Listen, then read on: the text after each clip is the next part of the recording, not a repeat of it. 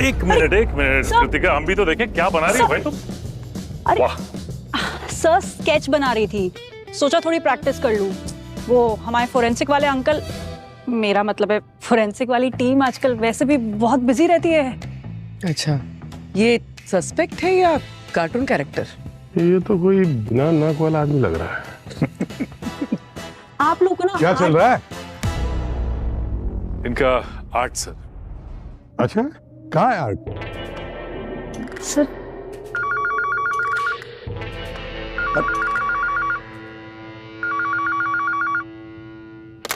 Hello,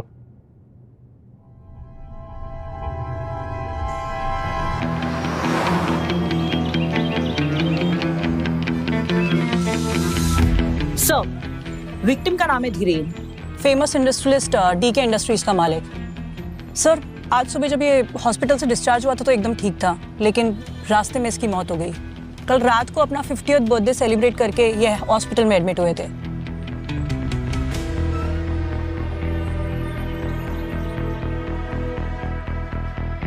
जब ये सब हुआ उनके साथ और कौन कौन था? सर, उनकी बेटी तृप्ति और उनका ड्राइवर रमेश। कितने सालों से आप धीरेन जी के साथ काम कर रहे हैं? मैडम 10 साल से। पानी। कल ये कितने बजे के आसपास हुआ? 7-8 बजे के आसपास। मैं तो रात भर हॉस्पिटल के बाहर ही था, फिर सुबह तृप्ति मैडम के साथ साहब को लेकर घर जा रहा था कि अचानक रास्ते में। आपको ऐसा क्यों लगता है कि किसी ने आपके पिता का खून किया है? क्योंकि उनके शरीर में ना कोई घाव है, कोई चोट के निशान, कुछ भी नहीं। सर, मेरे पापा बिल्कुल ठीक थे सर। हम उन्हें घर वापस ले जा ही रहे थे कि रास्ते में पता नहीं क्या हुआ, वो अजीब अजीब सी बातें करने लगे सर। वो कहते मुझे कोई मार देगा बेटा, मुझे कोई मार देगा, ऐसे बार बार बोल रहे थे सर वो। और फिर अचानक से ये हो गया। मैडम, साहब ना मरने से पहले बहुत डरे हुए थे। अच्छा, कल रात बर्थडे पार्टी थी उनकी, तो किसी के साथ कोई झगड़ा वगैरह हुआ था वहाँ पे? नहीं सर, पापा सबके साथ डांस कर रहे थे। मुझे उन्होंने नेक्स्ट CEO अनाउंस किया था सर। बस सर, अनाउंसमेंट के बाद पापा थोड़ा सा परेशान लग रहे थे सर। क्यों? नहीं मतलब आपके CEO बनाने से किसी को कोई दिक्कत थी? कौन हो सकता है? सर, पार्टी में तो सब अनाउंसमेंट के बाद भी खुशी लग रहे थे, लेकिन हाँ सर, वो पापा की वो जो बिजनेस पार्टनर है अक्षय अंकल, वो अलग जाकर बैठ गए थे। पर सर, वो मेरे पापा के बेस्ट फ्रेंड है सर। वो ऐसा क्यों ही करेंगे सर? मुझे तो कुछ समझ में नहीं आ रहा, वो या कोई और भी ये क्यों करेगा सर? सर, मैं एक रिक्वेस्ट करूंगी, आप जिसने भी ये किया है आप उसे छोड़िएगा मत sir, please.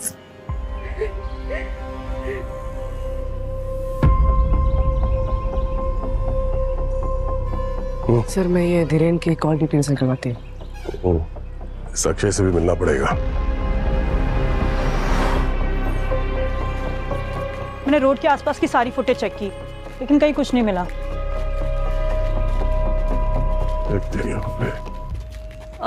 Hello sir. Hello ma'am. Sir का रूम ये है। अरे, आप हमसे पूछेंगे नहीं कि हम कौन हैं? सर, आज मैं पूरी तैयारी के साथ आई हूँ। हम CID से हैं। मैम, आप लोग इतने फेमस हो चुके हो, ऑनेस्टली बिग फैन। आप मेरी फैन हैं? Thank you so much. Sir की। Thank you.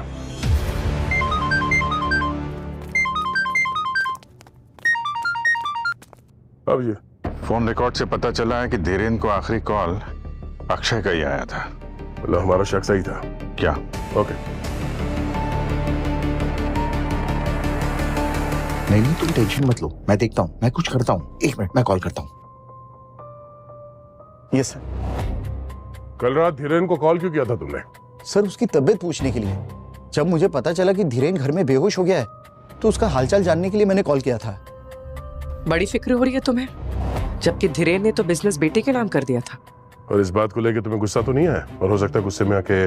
नहीं सर, धीरेन मेरे बड़े भाई जैसा था। माना कि बिजनेस उसका था, लेकिन मैंने कंपनी को 20 साल दिए हुए हैं। अचानक से धीरेन ने पार्टी में तृप्ति को CEO अनाउंस कर दिया, जबकि दोनों में बिल्कुल नहीं जमती थी। धीरेन की वाइफ की डेथ के बाद तृप्ति US चली गई थी, फिर अचानक से उसे CEO बनाना मेरी कुछ समझ में नहीं आया। मैंने तो उनको ऑफिस में बहस करते हुए भी देखा था। और किस बात को लेके बहस हो रही थी आपस में? सर मैं दूर खड़ा था इसलिए सुनाई नहीं दिया, लेकिन कुछ बिजनेस रिलेटेड था। लगता है तृप्ति सीईओ बनने के लिए धीरेन पर प्रेशर डाल रही थी। और आप नहीं चाहते थे कि तृप्ति सीईओ बने, राइट? नहीं सर, ये आप क्या कह रहे हैं? देखिए मेरा यकीन कीजिए, मैं सच कह रहा हूँ। धीरेन मेरा बहुत अच्छा दोस्त था। हाँ, तृप्ति के सीईओ बनने से मैं नाराज जरूर था, लेकिन धीरेन के साथ ऐसा कुछ करने का मैं कभी सोच भी नहीं सकता था। मर्डर की रात आप कहाँ थे? रात में मैं क्लब में ही था, सुबह घर गया। आप चाहें तो वहां के स्टाफ से पता कर सकते हैं। पता तो हम कर ही लेंगे, लेकिन आप शहर छोड़कर कहीं नहीं जाएंगे, समझे? जी सर।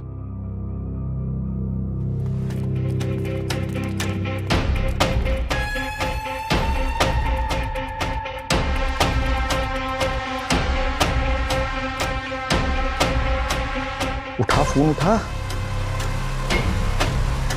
हेलो हेलो, अच्छा सुन, रुकिए रुकिए रुकिए रुकिए रुकिए, अरे रुक जाइए, रुक जाइए रुक जाइए। आप लोग अंदर नहीं जा सकते। क्यों नहीं जा सकते? हा? मुझे मेरे मैम से कंफर्म करना होगा। अरे रुकिए सर, अरे हमने कहा ना आप अंदर नहीं जा तुम अपना सकते। काम करो, हमें हमारा काम करने दो। अरे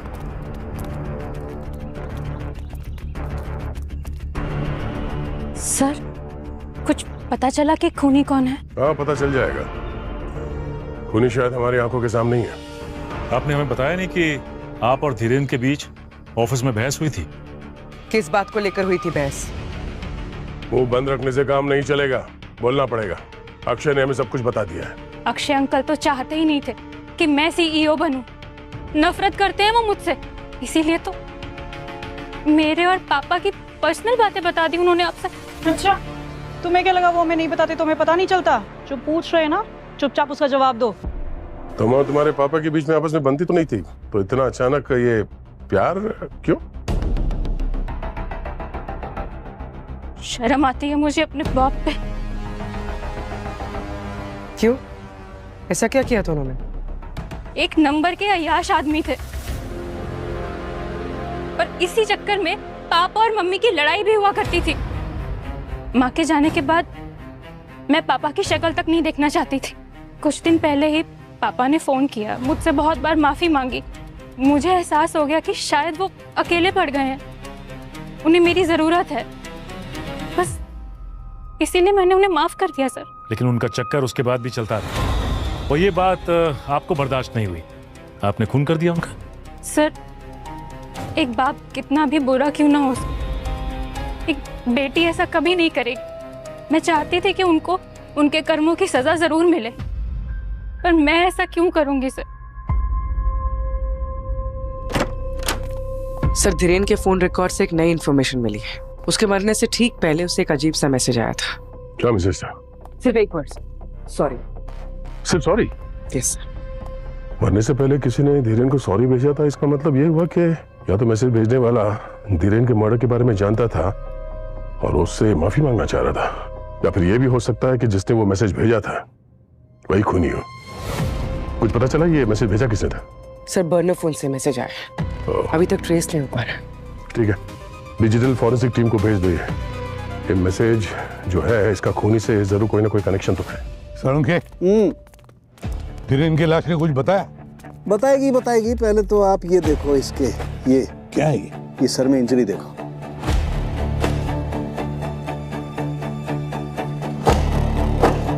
मामूली सी चोट लगती है, शायद गिरने विरने की वजह से लगी होगी। लेकिन इस मामूली चोट ने ही कांड कर दिया। इसकी वजह से इसे ब्रेन हेमरेज हो गया। Brain haemorrhage? और सर, हॉस्पिटल वालों ने इन्हें ऑल ओके बोल के डिस्चार्ज कर दिया था, तो फिर अचानक ये ब्रेन हेमरेज कैसे? हॉस्पिटल वाले भी ठीक कर रहे हैं। कई बार क्या होता है कि ब्लड क्लॉटिंग स्कैनिंग में दिखाई नहीं देती है। मुझे लगता है कोई इंटरनल ब्लीडिंग हुई होगी जिसकी वजह से हेमरेज हुआ है। सरुखे, इंटरनल ब्लीडिंग हुई क्यों? ये अभी पता नहीं लगा है, पता लगाना पड़ेगा। आप बोल रहे हैं ना ये छोटी चोट से भी हो सकता है। तो जब ये घर पे मिले थे ये बेहोश थे सर, जब इनको हॉस्पिटल ले जाया गया, तो शायद बेहोशी इंटरनल ब्लीडिंग की वजह से हुई हो। और क्या पता ये चोट इन्हें खुद लगी है या जानबूझ के पहुंचाई गई है। अगर ये चोट किसी ने पहुंचाई है तो किसने पहुंचाई होगी चोट? सर धीरेन जी के साथ जो कुछ भी हुआ है उस पार्टी में ही हुआ होगा। एग्जैक्टली पता लगाना पड़ेगा पार्टी में कौन कौन मौजूद थे और क्या हुआ था उस पार्टी में।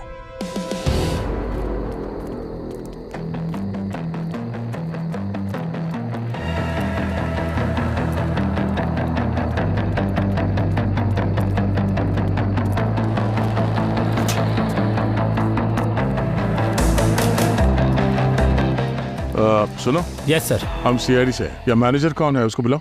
जी सर। सुरेंद्र सर। बोलो। सीआईडी वाले आपसे मिलने आए हैं। जी सर, बताइए। धीरेन की पार्टी में यहाँ पे जितने भी लोग थे तुम्हारे स्टाफ में, सर्विस स्टाफ में, क्लीनिंग वेटर, उन सबको यहाँ पे बुलाओ। ओके सर, बुलाओ सबको। ठीक है सर। Kritika, Yes, sir. ये जो सीसीटीवी कैमरा है इनके फुटेज चेक करो। सर्वर रूम का है? वो लास्ट रूम है यहाँ से।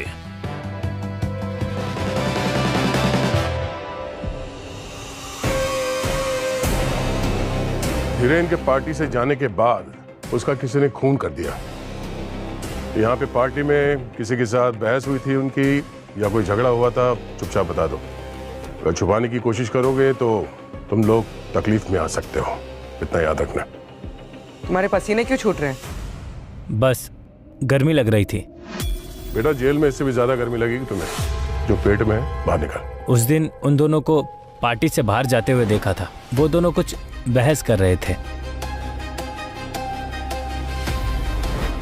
ये थे? यही थे। दूसरा आदमी इन पर बहुत गुस्सा कर रहे थे। क्या बात कर रहे थे, सुना तुमने? कुछ बेटी बेटी कर रहे थे। बेटी?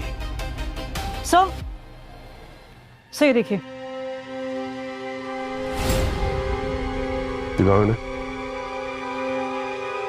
हाँ यही थे। ये दोनों के बीच काफी गर्मा गर्मी हो रही थी और हाथापाई भी हुई थी। बुलाओ इसे ब्यूरो में। तुम्हारी धीरेन के साथ हाथापाई हुई थी या नहीं? हाँ। तो बता क्यों नहीं? मैं डर गया था, आप लोग सीआईडी है, अगर ये बात नहीं छुपाता तो आप सब मुझ पर ही शक करते। शक नहीं, अब पूरा यकीन हो गया है कि धीरेन को तुमने ही मारा है। नहीं सर, मैं ऐसा नहीं कर सकता हूँ। बस मेरी धीरेन के साथ पार्टी में लड़ाई हुई थी। किस बात को लेकर लड़ाई हुई थी तुम्हारी? वो मैं आपको नहीं बता सकता। नहीं बता सकते मतलब? क्यों नहीं बता सकते? क्योंकि वो पर्सनल है। ओ हेलो मिस्टर अक्षय, अभी अगर दया सर पूछेंगे ना तो पिछले जन्मों की बातें भी बोलने लगोगे। जो पूछ रहे चुपचाप बताओ। सर धीरेन मेरे भाई जैसा था, वो मेरा बहुत अच्छा दोस्त भी था, लेकिन वो एक अच्छा पति नहीं था। उसके बहुत सारे अफेयर्स हुए थे और इन्हीं अफेयर्स की वजह से धीरेन और उसकी वाइफ में लड़ाई होती रहती थी। वाइफ की डेथ के बाद तो हाल बहुत बुरा हो गया। मैं हर बार उसे कवर करता था, लेकिन इस बार मैटर कंपनी का था। कंपनी का मैटर? क्या? उसका मेरी असिस्टेंट कनिका के साथ अफेयर था। Hello sir. Hello ma'am. Sir का रूम ये है। तो इस बात को लेकर लड़ाई हुई तुम लोगों की? नहीं सर, एक्चुअली मैंने कंपनी के अकाउंट से कुछ अमाउंट कनिका के अकाउंट में ट्रांसफर किया था ताकि ये बात बाहर ना आए। धीरेन को पता चला तो वो बहुत गुस्सा हो गया था। जब मुझे पता चला कि धीरेन हॉस्पिटल में एडमिट है तो मुझे बहुत बुरा लगा। मैंने उससे माफी मांगने के लिए उसे कार्ड, केक और फ्लावर्स भी भेजे थे। वो सब तो ठीक है, लेकिन कंपनी के फंड्स इधर उधर करना कानूनी जुर्म है, मालूम है ना? सर, इनके सारे बैंक अकाउंट अच्छी तरह से चेक करो, मनी ट्रांसफर वगैरह सब कुछ, सब पता चल जाएगा, समझे? सब पता चल जाएगा। देख वो सॉरी वाला मैसेज, उसके बारे में कुछ पता चला? सर उसने किसी पुराने मॉडल से वो मैसेज भेजा है, थोड़ा टाइम लग रहा है। जानबूझ के पुराना फोन इस्तेमाल किया ताकि आसानी से ट्रैक ना हो, वरना आजकल तो सब लोग स्मार्टफोन यूज करते हैं, कैमरे वाला। एक काम करते हैं, धीरेन के सारे कॉन्टैक्ट्स की लिस्ट बनाओ, देखो उनमें से किसी के पास इस तरह का फोन है क्या, पता तो चले कि ये सॉरी बोलने वाला है कौन। हाँ सारंगे, क्या खबर है? खबर ये है बॉस कि सोने के दाम गिर रहे हैं, इन्वेस्ट कर लो। बड़े अच्छे मूड में हो। कुछ बड़ा हाथ लगा क्या? बहुत बड़ा हाथ लगा है। तो दिखा ना। बॉस, डॉक्टर एकदम सही कह रहा था। हॉस्पिटल में ये बंदा एकदम हेल्दी था। मगर डॉक्टर साहब, आपने तो कहा था कि धीरेन की मौत ब्रेन हैमरेज से हुई थी। हुई नहीं थी, मौत करवाई गई थी। ब्रेन हेमरेज जैसे कुछ, मैं बताता हूं। इसकी मदद से करवाई गई थी। क्या ये? न्यूरोथ्रोम्बेक्स वर्जन 5। परसों की कड़ी मेहनत और मेडिकल रिसर्च से इसे बनाया गया है। सिर्फ 2 बूंद काफी है इसकी किसी भी इंसान की जिंदगी लेने के लिए। ऐसा क्या करता है केमिकल? सचिन, ये पूछो क्या नहीं करता है, मैं बताता हूं। यहाँ आइए, ये देखो, ये किसी भी इंसान की ब्लड वेसल्स को कमजोर कर देता है और उससे ब्लड क्लॉटिंग शुरू हो जाती है, ठीक वैसे ही जैसे किसी के ब्रेन हेमरेज के वक्त होती है। तो किसी ने जानबूझ के धीरेन को ये ड्रग दिया था? बिल्कुल। ये देखो, ये जो न्यूरोटॉक्सिक कंपाउंड है, इसकी वजह से इसकी ब्लड क्लॉटिंग की एबिलिटी खत्म हो गई थी। ये देखो कैसे अजीब से पैचेस दिखाई दे रहे हैं। बस मुझे भी शुरू में यही लगा था कि शायद इसे ब्रेन हेमरेज ही हुआ है। जी सर, ये ड्रग इतनी आसानी से किसी को भी दिया जा सकता है? सचिन, यही तो खासियत है इसकी। इसकी ना अपनी कोई स्मेल होती है, न इसका कोई कलर होता है, न कोई टेस्ट होता है। आसानी से किसी भी चीज में डिसॉल्व हो जाता है और कोई कलर भी नहीं छोड़ता। बिल्कुल नहीं। ये देखो,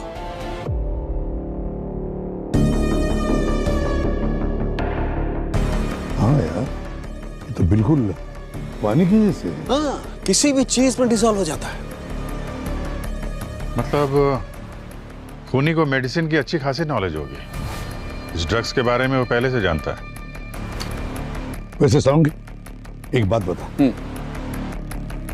ये ड्रग, ये कंपाउंड न्यूरोथ्रोम्बेक्स 5 अपना असर करने के लिए कितना वक्त लेता है? 3 से 4 घंटे। 3 से 4 घंटे। और धीरेन की मौत कितने बजे हुई थी? सुबह के 7, सवा 7 बजे सर। सर, हमने क्लब का सीसीटीवी चेक किया था। धीरेन 9 बजे से लेकर रात 1 बजे तक पार्टी कर रहा था। और सर 1:30 बजे इन्हें एडमिट किया गया था हॉस्पिटल में। धीरेन 9 बजे से 1 बजे तक पार्टी कर रहा था, फिर 1:30 बजे उसे हॉस्पिटल में एडमिट किया और फिर 7 बजे, सवा 7 बजे उसकी मौत हो गई। मतलब बीच के 3-4 घंटों में ही इस ड्रग ने अपना काम किया था। मतलब रात को 2 या 3 बजे से ड्रग दिया गया होगा। अक्षय कहाँ था उस वक्त? सर, क्लब के सीसीटीवी के हिसाब से अक्षय क्लब में ही था। सर लेकिन अक्षय तो पूरी रात अकेला था, अकेला पार्टी कर रहा था। सर, फिर कौन हो सकता है जिसने जहर दिया? वही पूर्वी, वही जो धीरेन के कमरे में गया था। पता लगाओ कौन गया था धीरेन के कमरे में, और फिर जो भी गया था उसके हाथ ये न्यूरोथ्रोम्बिक्स वर्जन 5 ड्रग लगा कैसे? सर, धीरेन के फैमिली और फ्रेंड्स में जितने लोगों ने बर्नर फोन्स खरीदे हैं, उनकी लिस्ट निकाली हमने। एक आदमी है जिसने 15 बर्नर फोन्स खरीदे हैं। कौन है वो? सर, धीरेन खुद। वो अपने स्टाफ को बर्नर फोन्स ही देता था। तो डिजिटल फॉरेंसिक को धीरेन के स्टाफ का फोन भिजवा देते हैं, पता तो चले कि ये सॉरी मैसेज भेजा किसने था। आइए सर। ये रही उस रात की फुटेजेस। लेकर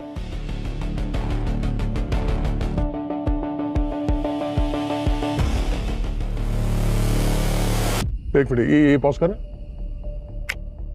ये तो कोई औरत है। जरा और जूम हो सकता है इस पे? यस। कनिका,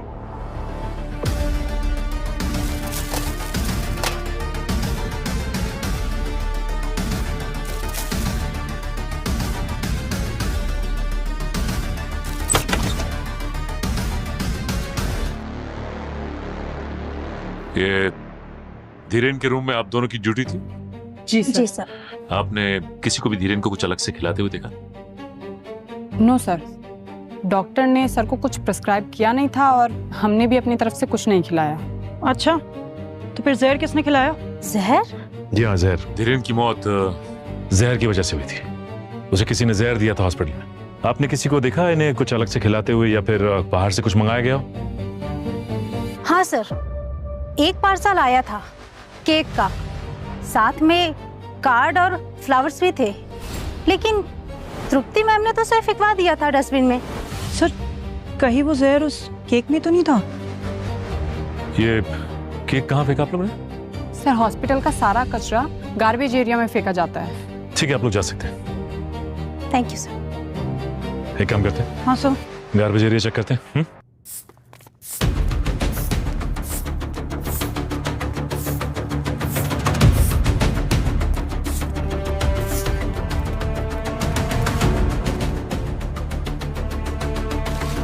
जी सर, कितनी बदबू आ रही है। जब कचरा है तो बदबू तो आएगी। हाँ सर लेकिन मेरे पास इसका एक सोल्यूशन है। क्या कर रही है? सर मैं परफ्यूम लेकर आई हूँ घर से। मुझे पता था आज कचरे में जाना होगा, और वैसे भी इस पूरी दुनिया में ना हम सीआईडी वालों के बारे में कोई नहीं सोचता। इंटरेस्टिंग।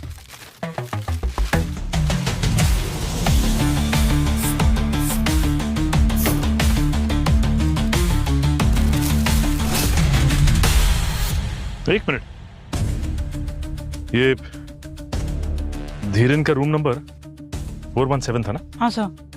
ओह,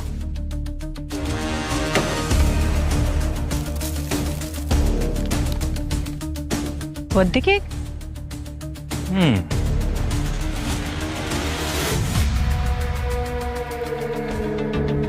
एक काम करते हैं, इसे फॉरेंसिक लेके चलते हैं। सर मैंने कुछ नहीं किया। I really love Dhiren. वो तो अपनी बर्थडे पार्टी में तृप्ति को हमारे बारे में बताने ही वाला था। फॉर इन्फॉर्मेशन मैं आपको बता दूं कि उसने ऐसे 4-5 और लोगों को ही बोला है। और जब उसने तृप्ति को तुम्हारे बारे में नहीं बताया, तुमने उसका खून कर दिया। नहीं, ऐसा क्यों कह रही है? क्या कर रही थी तुम उस रूम में? मैं बस मिलने गई थी। अक्षय सर ने पैसे दिए थे हमारा अफेयर छुपाने के लिए। मैंने वो पैसे भी लौटा दिए थे। सर मैंने कुछ नहीं किया है सर, मैं सच में कुछ नहीं किया है। सुनूंगा सर। हाँ सर। हाँ दया, मुबारक हो। किस बात के लिए सर? अरे भाई, जहर मिलने की खुशी में वो केक जो तुम लोगों ने भेजा था ना दोस्त, जहर उस केक में नहीं था। तो इसमें खुशी की क्या बात है? अरे सुन तो लो पूरी बात यार। जहर केक में नहीं था, लेकिन जहर केक वाले बॉक्स में था। जहर केक में नहीं, केक बॉक्स में था? अब ये क्या चक्कर है सर? कि ऐसा तो नहीं कि जिसने भी वो केक वहां पे दिया था, जहर उसके हाथ में हो जिसकी वजह से वो बॉक्स में लग गया? There you are. Right. ठीक है सर, थैंक यू। सर वो नर्स भी बता रही थी कि केक खुला डिलीवर हुआ था, इसलिए तृप्ति ने वो केक डस्टबिन में फेंक दिया था।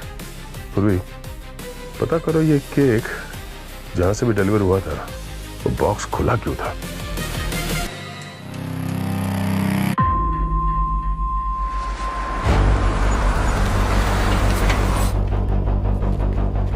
सर बेकरी से कंफर्म किया कि उनकी तरफ से तो केक पैक था। उन्होंने किचन की भी फुटेज भेजी। इसका मतलब जो कुछ भी हुआ है उस डिलीवरी बॉय ने किया होगा बॉक्स के ऊपर। अच्छा, बेकरी वालों से उसका एड्रेस यहीं का बताया ना? हाँ सर।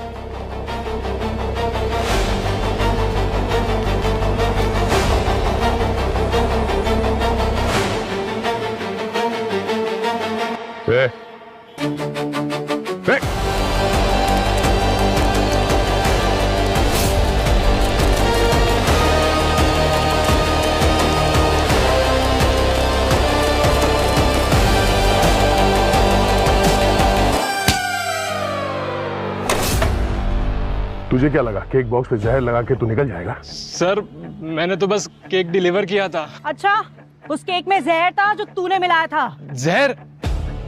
सर मैंने जहर नहीं मिलाया सर। तो फिर भागा क्यों? सर वो मैंने केक में से एक पीस खा लिया था सर।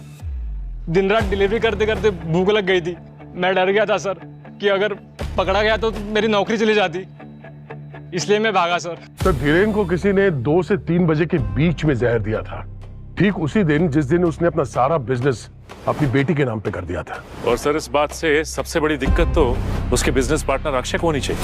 सर लेकिन अक्षय तो उस वक्त क्लब में था, और ऐसा मान भी लिया जाए कि अक्षय ने जहर भेजा हो तो सर उसके भेजे हुए केक में जहर था ही नहीं। जहर तो केक बॉक्स पर लगा हुआ था। सर केक बॉक्स पे जो फिंगरप्रिंट्स हैं हमने उसे चेक किए, वो किसी से मैच नहीं हो रहे सर। हमारे पास अक्षय की असिस्टेंट कनिका, उसके भी फिंगरप्रिंट्स हैं। सर उस केक बॉक्स के अलावा हमारे पास और भी एविडेंस है जिससे अभी तक फिंगरप्रिंट्स लिए नहीं है सर।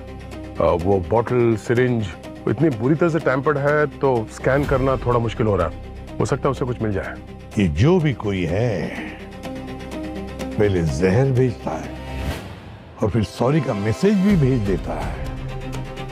बहुत शातिर समझता है अपने आप को, मगर उसे ये पता नहीं कि सीआईडी के चंगुल से कोई अब तक बचा नहीं है। पूर्वी, पता चला वो सॉरी मैसेज वाला फोन धीरेन के किस स्टाफ मेंबर का है? सर सॉरी वाला मैसेज तो स्टाफ में से किसी ने नहीं भेजा है, लेकिन इंस्पेक्शन के लिए जब हमने सारे लोगों के फोन्स लिए, सिर्फ इस रमेश ने, धीरेन के ड्राइवर ने, इसने अपना फोन नहीं दिया। ये वही ड्राइवर है ना जो खून के वक्त धीरेन के साथ था गाड़ी में? हाँ सर। तो फिर दया, इस रमेश के घर का कोना कोना छान मारो, हो ना हो वो फोन उसी रमेश के पास ही होगा। तुमने अपना फोन क्यों नहीं दिया था? साहब मेरा फोन पहले ही चोरी हो चुका था। अच्छा, पुलिस में कंप्लेंट लिखवाई थी? हाँ साहब, उसकी रिपोर्ट भी है मेरे पास। तुम अकेले रहते हो इस घर में? हाँ मैडम।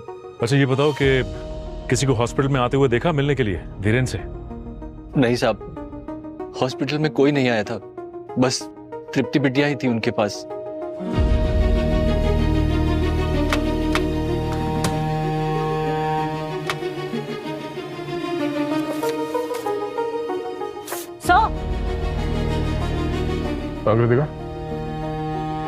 सर देखिए एक्सरे और ये मेडिकल रिपोर्ट।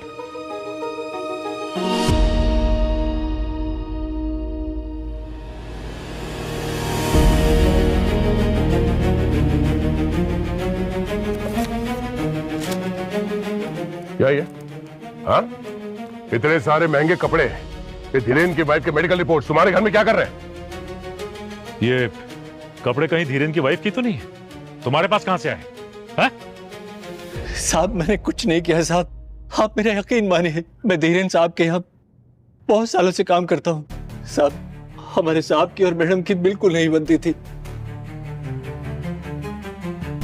हमारे साहब के बाहर बहुत सारी लड़कियों से बहुत सारे चक्कर चलते रहते थे। मैडम के जाने के बाद मैं उनका कुछ सामान यहाँ लेकर आया था, क्योंकि मुझे पूरा शक था कि मैडम की मौत में धीरेन साहब का हाथ है। अगर तुम्हें शक था कि धीरेन ने अपनी वाइफ को मारा है तो तुमने पुलिस को क्यों नहीं बताया? साहब हिम्मत नहीं जुटा पाया।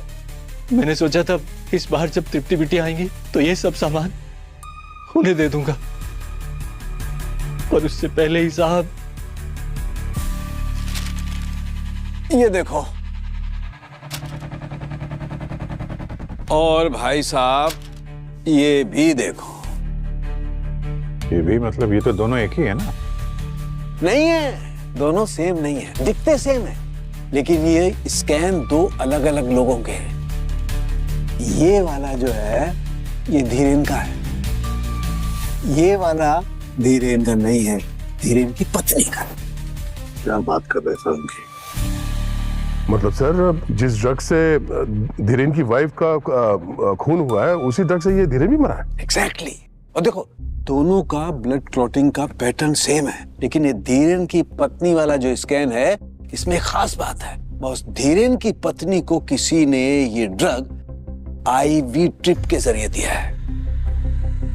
IV drip? हाँ, मैंने बताया ना तुम, इस ड्रग का कोई अपना कलर नहीं होता है, पानी जैसा होता है। तो बस आसान सी बात है, किसी ने आईवी ड्रिप में इंजेक्ट कर दिया और खेल खत्म। मतलब 4 साल के बीच में 2 खून हुए और दोनों खून का तरीका एक ही है। मतलब जिसने धीरेन को मारा उसी ने धीरेन की वाइफ का खून किया?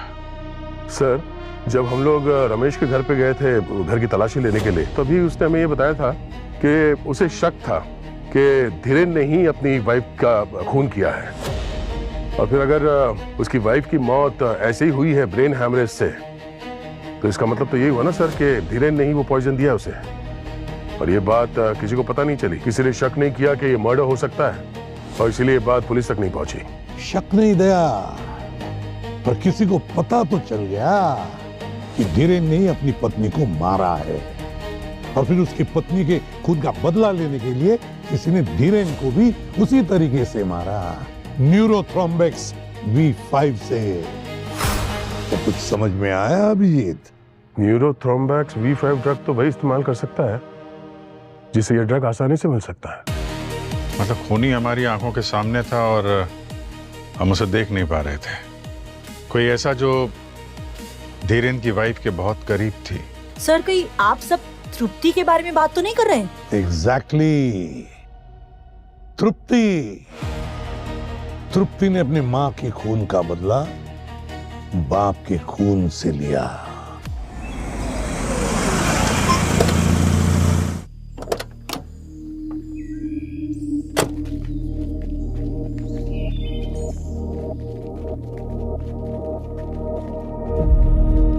तृप्ति, तृप्ति, कहाँ तुम? तृप्ति,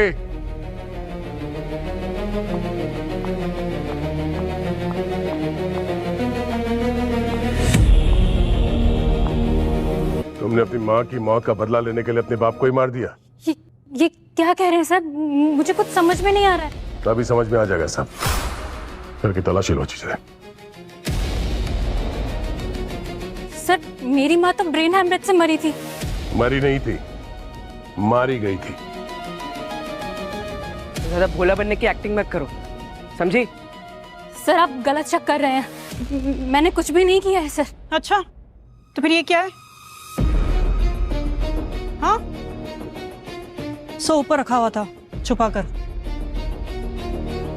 ये बर्नर फोन तुम्हारे घर में कहाँ से? सर ये मेरा फोन नहीं है, मुझे नहीं पता ये यहाँ कैसे आया। नहीं पता? नहीं। कोई बात नहीं, बहुत जल्द पता चल जाएगा। अपूर्वी क्या पता चला? सर ये देखिए, फोन के जलने से पहले फोन की लास्ट लोकेशन। ये तो तृप्ति का घर है। पूरी एक काम करो, जरा फिर से चेक करो। देखो ये फोन तृप्ति के घर से ठीक पहले कहां पर था? सर ये फोन तृप्ति के घर से ठीक पहले रमेश के घर में था। तो रमेश ने तो रिपोर्ट लिखवाई थी ना कि उसका फोन चोरी हो गया है। पर ये लोकेशन किस दिन का है? डेट देखो। 27 अक्टूबर। और रमेश ने फोन चोरी होने की कंप्लेंट कब लिखवाई थी? सर 26 को। 26 अक्टूबर को फोन चोरी होने की कंप्लेंट लिखवा था रमेश, मगर 27 तारीख को बिल्कुल दूसरे दिन फोन उसी के घर में मिलता है। तो इस रमेश ने तृप्ति को फंसाने के लिए उसके घर में फोन रखा था। और वो ऐसा करेगा क्यों? बॉस। हाँ बॉस, ये सिरिंज आईवी की स्कैन रिपोर्ट आ गई है। तो क्या तृप्ति के फिंगरप्रिंट के साथ मैच होती है? तृप्ति से तो छोड़ो बॉस, कनिका, रमेश, अक्षय किसी से भी मैच नहीं होते। अरे पर सवाल तो अब भी वही है कि भले रमेश ने फोन उसके घर में छुपाया था, लेकिन जहर किसने मिलाया? देखो एक बात ध्यान रखो, ये जो ड्रग है ना बॉस, ये आसानी से नहीं मिल सकती है। ये हॉस्पिटल में भी आईसीयू में इमरजेंसी में ही मिल सकती है। ओह, तो अगर ये ड्रग इतना स्पेशल है तो फिर ये ड्रग हॉस्पिटल में काम करने वाले को ही मिल सकता है। और ये हॉस्पिटल में जो भी काम कर रहा है उसने ये ड्रग न्यूरोथ्रोम्बिक्स V5 हॉस्पिटल के स्टोरेज रूम में से ही चुराया है।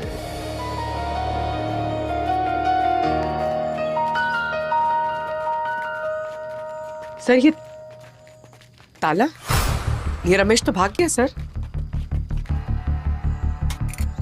ऐसे कैसे गया ये? जरा पड़ोसी से पूछते हैं। एक्सक्यूज मी, ये रमेश कहाँ गया? घर पे ताला लगा हुआ। आप लोग कौन है? हम लोग सीआईडी से। अच्छा, वो तो आज शाम की बस से अपने गांव को जा रहा है। आज सुबह उसके घर से एक लड़की आई थी सूटकेस मांगने। कौन थी लड़की? उसके साथ कोई लड़की रहती तो है, पर रमेश ज्यादा किसी से मतलब नहीं रखता है, इसलिए हमने भी कभी पूछा नहीं कि कौन लड़की है, क्या लगती है। वैसे कुछ किया है क्या रमेश ने? वही पता कर रहे हैं। ये हॉस्पिटल का जो स्टोर रूम है उसमें जो एंट्री और एग्जिट है उसका पूरा रिकॉर्ड चाहिए मुझे। जिस तरह धीरेन को यहाँ पे एडमिट किया था उस टाइम का निकालना।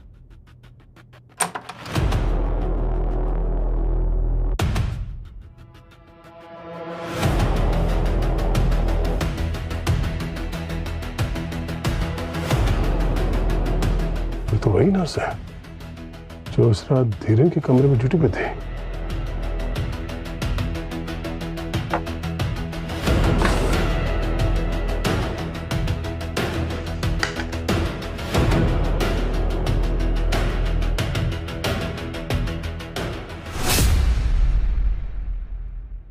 तान्या, सर हॉस्पिटल का सारा कचरा गार्बेज एरिया में फेंका जाता है।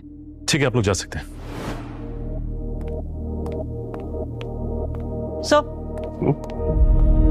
सर ये स्टोरेज यूनिट में तान्या का आई कार्ड मिला है।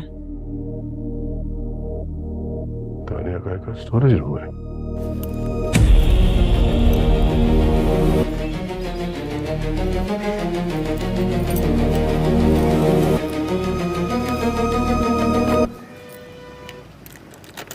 रुको, अरे ये क्या बदतमीजी है, चाबी दीजिए। तुम्हारे हॉस्पिटल का एक्सेस कार्ड कहाँ है तान्या? सर वो कहीं खो गया था। खो गया था या स्टोरेज रूम में से ड्रग्स चुराते वक्त गलती से वहां पे रह गया था? सर आप क्या कह रहे हैं, मेरी कुछ समझ नहीं आ रहा है। पर हमारी समझ में सब कुछ आ रहा है। क्यों मारा तुमने धीरेन को? मैं क्यों मारूंगी धीरेन को, और मुझे क्या मिलेगा उसकी मौत से? वो तो हम पता लगा ही लेंगे। सर हाँ? सर सारों के सर की रिपोर्ट आ गई है और इसके हिसाब से तान्या के कार्ड पे तान्या के फिंगरप्रिंट के अलावा एक और फिंगरप्रिंट है। और ये दूसरा फिंगरप्रिंट ये किसका है? ये वही फिंगरप्रिंट है जो रमेश के घर से हमें रमेश के सामान पे मिले थे। हाँ लेकिन पूरी मैम ये दूसरा फिंगरप्रिंट है किसका? अब ये तो रमेश ही बताएगा जिसके घर में रखे हुए सामान के ऊपर से हमें वो फिंगरप्रिंट मिला था।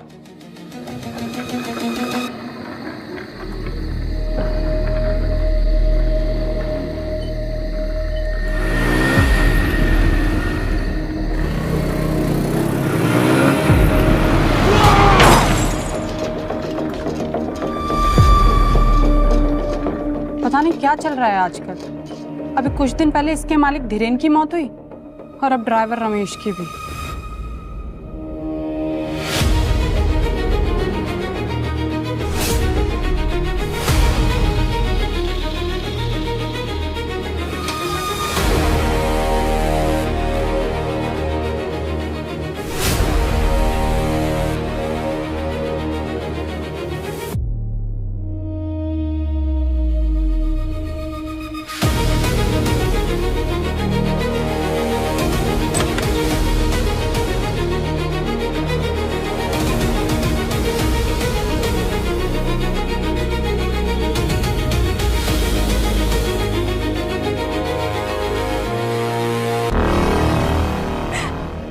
माफ कर देना पापा, मैं आपका इस सब में इन्वॉल्व नहीं करना चाहती थी। आपने मुझे सीआईडी से तो बचा लिया मगर खुद ही अरेस्ट हो गए।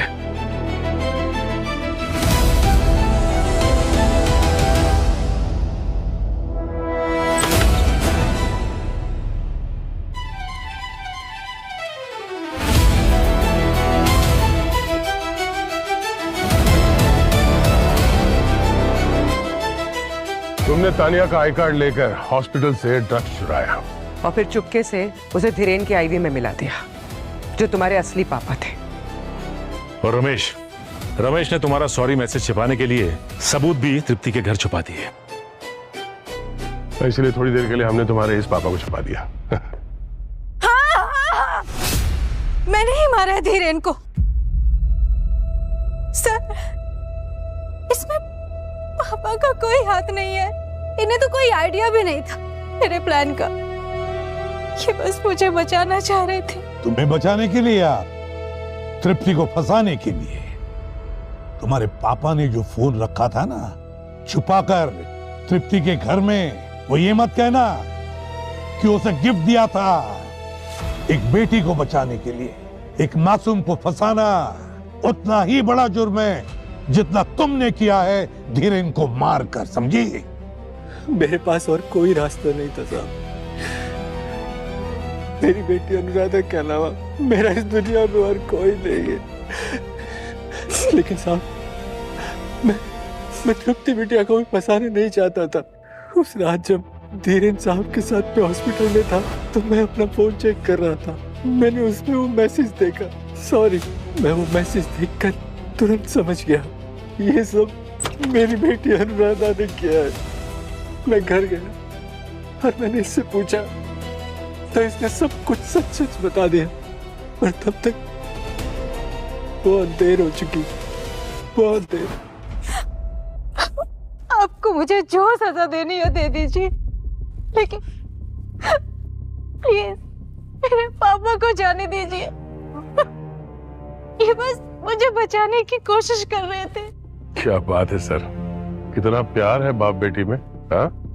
और खुद के सगे बाप को जहर देके मार दिया तुमने। तो और क्या करती मैं? धीरेन ने मुझे कभी अपनी बेटी माना ही नहीं था। शर्म आती थी मुझे कि मैं उसका खून हूं। मैंने सोच रखा था कि मैं बस अपना हिस्सा लेकर पापा के साथ विदेश चली जाऊंगी, हमेशा हमेशा के लिए। लेकिन फिर तृप्ति आ गई और सब कुछ बदल गया। तृप्ति को रास्ते से हटाने में तुम दोनों ने कोई कसर नहीं छोड़ी थी। वो तो अच्छा है, किस्मत थी उसकी, जान बच गई। सर, अगर मैं तृप्ति को मार देती तो मुझे कुछ नहीं मिलता। धीरेन की वाइफ के मरने पे मुझे शक हुआ कि ये कोई मामूली हेमरेज नहीं है। मैंने रिसर्च की और मुझे पता चला कि धीरेन ने ही अपनी वाइफ को मारा है। इस बात को लेकर मैं उसे ब्लैकमेल करने लगी। डर के उसने अपने बिल में मेरा नाम भी दिया और मुझसे वादा किया कि अपने 50वें बर्थडे पे वो मुझे अपनी कंपनी का सीईओ बनाएगा। लेकिन तृप्ति को देखते ही सब भूल गया। मन किया कि अपने रास्ते के कांटे तृप्ति को जान से मार दूं।